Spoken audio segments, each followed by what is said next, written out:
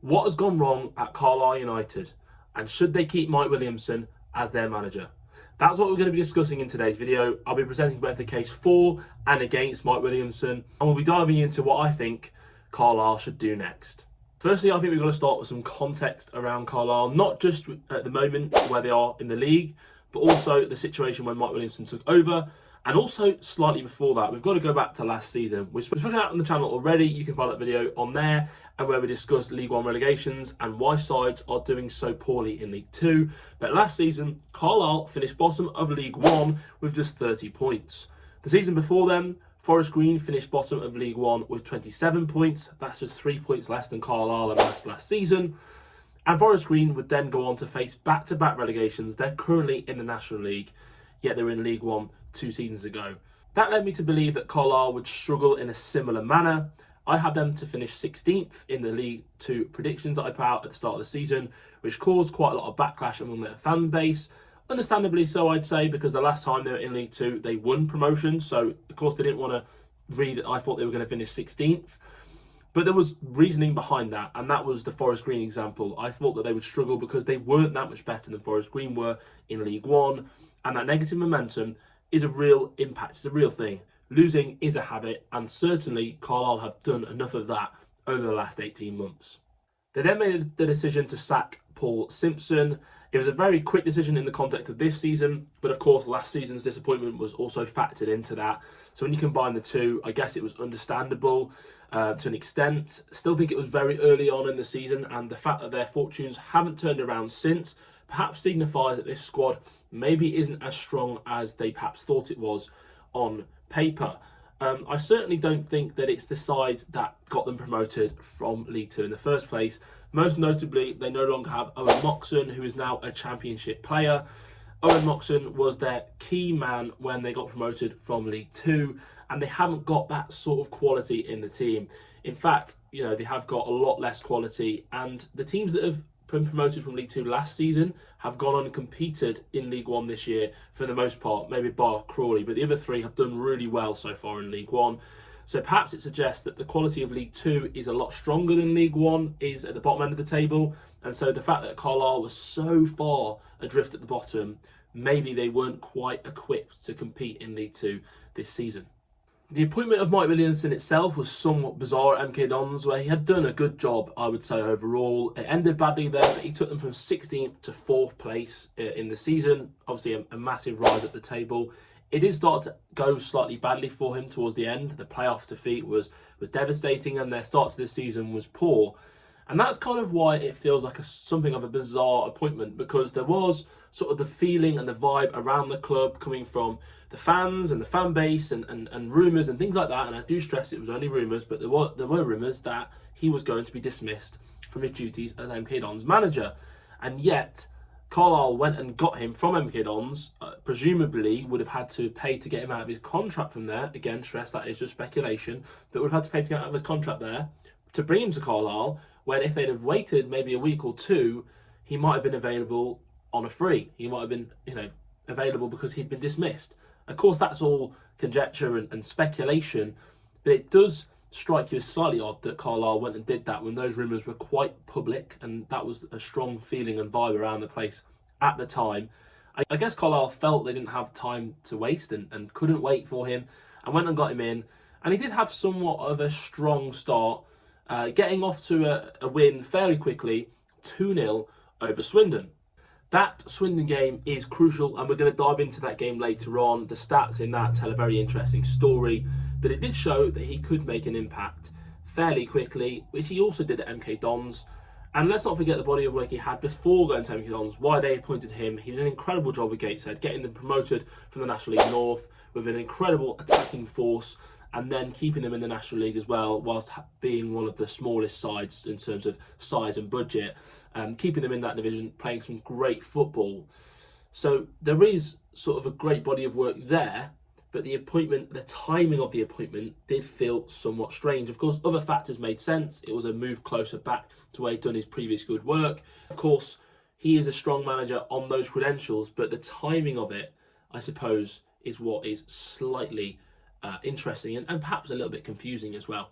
But that Swindon game was not a turning point. If we look at their fixtures and results since that game, it has gone pretty badly for them.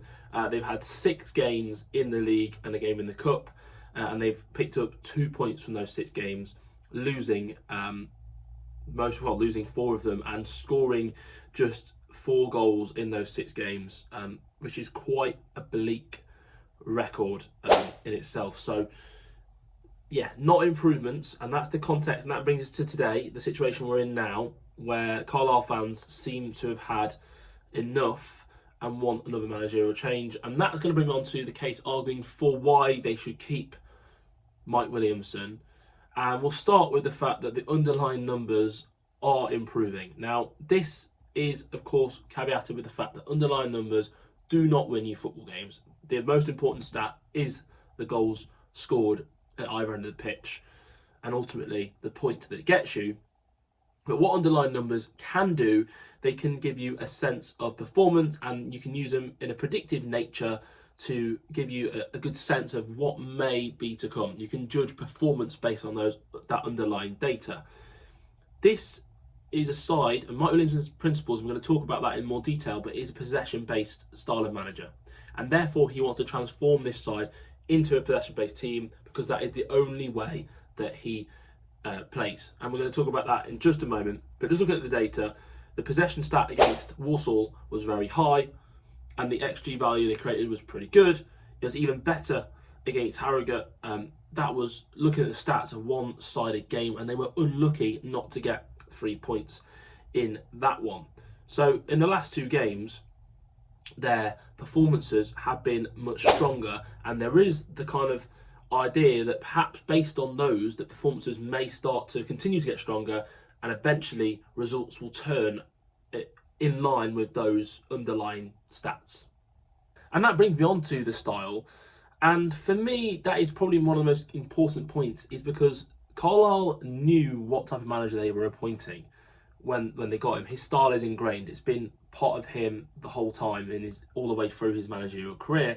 And he spoke about it in his last post-match presser, where he spoke about the fact that he will stick to his principles. He's got principles and he's going to stick to them. And when the interviewer asked him, will he change his style, he basically shut it down, and I'm paraphrasing, but in other words said that he will stick to the way that he plays because that's what he believes in. And when you have a manager who's so driven and committed and attached to his principles, there's only ever one way he's going to play, because that's what he believes in. And you can't change that ingrained belief in him. But Carlisle, the decision makers at the club, will have known that it's the way he's played all the way through his managerial career. It's got him success. Of course, it has also worked against him at the end at MK Dons. But they were under no illusions as to what this style was going to be. And therefore, a transitional period was always going to happen, because this is not a squad equipped to play Mike Williamson's style of play. This is a Paul Simpson squad. He's been the manager for a long time, and again, in the summer they recruited for his style, not for Mike Williamson's, because Mike Williamson was not the manager. It's very difficult to go in somewhere and change the style of play if you've not got the players that are equipped for this, and it's always going to be a long-term transition from a team that doesn't play in that way to one that does want to play with the ball and keep possession. At MK Dons, yes, he had a very, very good impact, but he was given a window, and some of the key performers for MK Dons were Mike Williamson signings. Stephen Wern from Gateshead and Kyron Lofthouse, he also brought from Gateshead. They were key players for him, and perhaps that is what is needed at Carlisle. And I think that you don't give Mike Williamson this job if you don't kind of give him the promise of having a window and having the ability to bring his own players in, ones that are suited to this style. If he's able to get a few new faces in, perhaps his style becomes easier to implement. We can also already see he is starting to implement it already. There is more possession, although a lot of it is deep in the pitch, deep circulation. It's not meaningful possession in a way. But yeah, maybe he needs better equipped players for this style. And I think when you appoint him, you know that. And therefore, maybe you've got to have some patience. Although maybe they don't have the time to do that because results aren't going in their favour. Brings me on to my final 2 points of the case for him. And that is the fact that he wasn't appointed as Carlisle manager because they were in a good place. They were in a really bad place and still are. But the fact he's not been able to turn it around after just a short period of time, perhaps he needs more time. It's not a quick fix. this has been a side and a team that's been deteriorating and in decline for the last 18 months. They've been slipping down the table and down the pyramid with a relegation, and they could face another one. So I understand the kind of pressing nature of this. They can't afford to be relegated to the National League. I completely understand that. So therefore, turning it round quickly is important, but also maybe it's not realistic, because this is a side that have been in decline, and therefore to expect him to quickly turn it maybe isn't all that realistic, and he needs more patience. And the other thing that I would say is they need to avoid the mistakes that other sides have made, namely Forest Green, who chopped and changed managers over the 2 seasons they got relegated far too much. In fact, had they stuck with one manager for a longer period, there was a strong argument that they probably would have done better. They had several across that time: Ian Birchnell, Duncan Ferguson, David Horseman, Troy Deeney, Steve Cottrell. They had more than that, and that's just over a 2-season span. So if Carlisle did make a change now, that would be their 3rd manager this season, and we're not even in November yet. So that would be 3 managers in 3 months, which is an incredible amount of turnover, and you can't just keep changing managers. It's not sustainable. It doesn't give them time to implement their ideas and turn things around. And maybe the issues are deeper rooted than just a manager. Maybe the squad isn't quite up to the level that they thought it was pre-season. Yes, their aspirations were promotion. The last time they were in this league, they got promotion. They're a team from the division above, but maybe the quality isn't quite there, and therefore what's happening would have happened regardless of manager, and they need to be given more time. But that is the arguments for. Now let's get on to the arguments against and the arguments for why they should make a change. The first thing is the manager bounce, the new manager bounce, which is spoken about all the time. That hasn't happened with Mike Williamson. There is no new manager bounce. That has not occurred, and that is a worry. Other than that Swindon game, they haven't won a single game under his management outside of that game. And you think when you appoint a new manager, it galvanises a group. They pick up a few results early on. There haven't been many points picked up by Carlisle, and there's been no significant improvement or turnaround. And that is a massive negative mark against his name in this job. The other one is to do with the style, and we come back to that Swindon game. So the game that he has actually won, they actually had less possession in. And that feeds into the point that this squad is not equipped to play his style. But maybe as a manager, especially in a relegation scrap, you need to be more adaptable. He's spoken about his principles and the way he believes in playing, but maybe in the short term, he needs to adjust his style to suit this group and to get as many results as possible. I don't think it's as simple as just saying, we'll just go direct, because it's a style he's never coached before and he doesn't truly believe in it. So it's difficult to do that because he's never coached it before. So that's a new learning curve for him. But if we look at the stats against Swindon, they had 42% possession and they ended up winning 2-0. So maybe, just maybe, a change in style from his point of view, just to get him through to January when he can get a window in, get players in that he wants to suit his style. Maybe that's what's needed. But he hasn't got that tactical flexibility or adaptability to his game. A plan B for Mike Williamson would be making plan A better. There's a lot to be said for that, but maybe not in a situation where you're facing the drop. I also think the third and final point here is the most important. He has not got the Carlisle fans on side. And that is half the battle, if not more than that. Especially when you're in trouble, you're in danger. It's different if they're a mid-table side and he could ride that out. When you've got the fans on your back, it becomes increasingly difficult to ever sort of shake that off.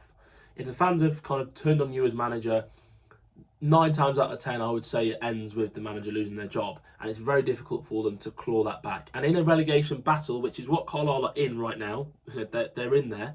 They are in that, and they're under no illusions, I don't think, the fans. I think they understand and accept that. But you need a togetherness. You need that fight and the whole club pulling together to get you out of that situation.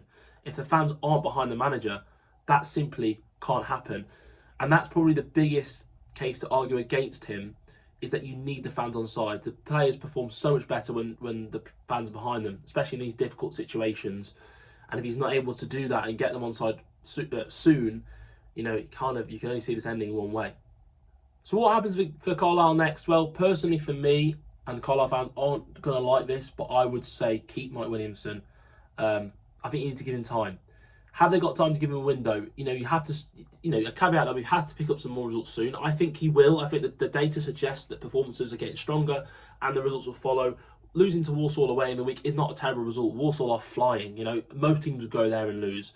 And it was a perfect stylistic matchup for them as well. Walsall thrive about the ball and Carlisle are now playing a possession-based style. So it was perfect for Walsall and perhaps the opposite for Carlisle.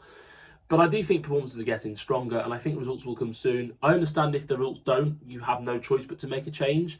But I think as long as a few results are picked up and it's not a complete rise, but it's a little bit, and they're still in and around those positions, but they're still within touching distance of safety. If you can get to January and get some players in that actually suit his style that he wants to work with, I think you'll see rapid and vast improvements. Because I do think he's a good coach. He's got a strong body of work. Maybe my bias is there because I really like him as a coach, and maybe that is impacting my decision. And I haven't got as well my supporter hat on, as in I'm not a Carlisle supporter, so I can completely understand why they'd want a change and they want them to do better. But I think one of the most important points is, who do you get in next if he goes? There's not a whole list of candidates that seemed kind of stand out for the job in the first place before Mike Williamson came in. He felt like a very, very good appointment considering who was available and what options they had. And that kind of conundrum still faces them now. I think he needs more time, but I do understand that if results don't turn soon, that decision may have to be made. Well, I hope you guys have enjoyed this one. Again, a bit of a discussional video. Hopefully Carlisle fans aren't too unhappy with the conclusion there, but hopefully I've been able to argue the case both for and against Mike Williamson. If you have enjoyed it, please do like. Please comment, Carlisle fans as well, please comment below what you think should happen. You know, if you think he should go, do let me know. I completely understand. I'd love to have a discussion with you in the comments. If you can subscribe on the way to 400, we're getting closer to 400 subscribers now, which is a massive, massive milestone this early in the channel. Thank you for watching, and I'll see you next time.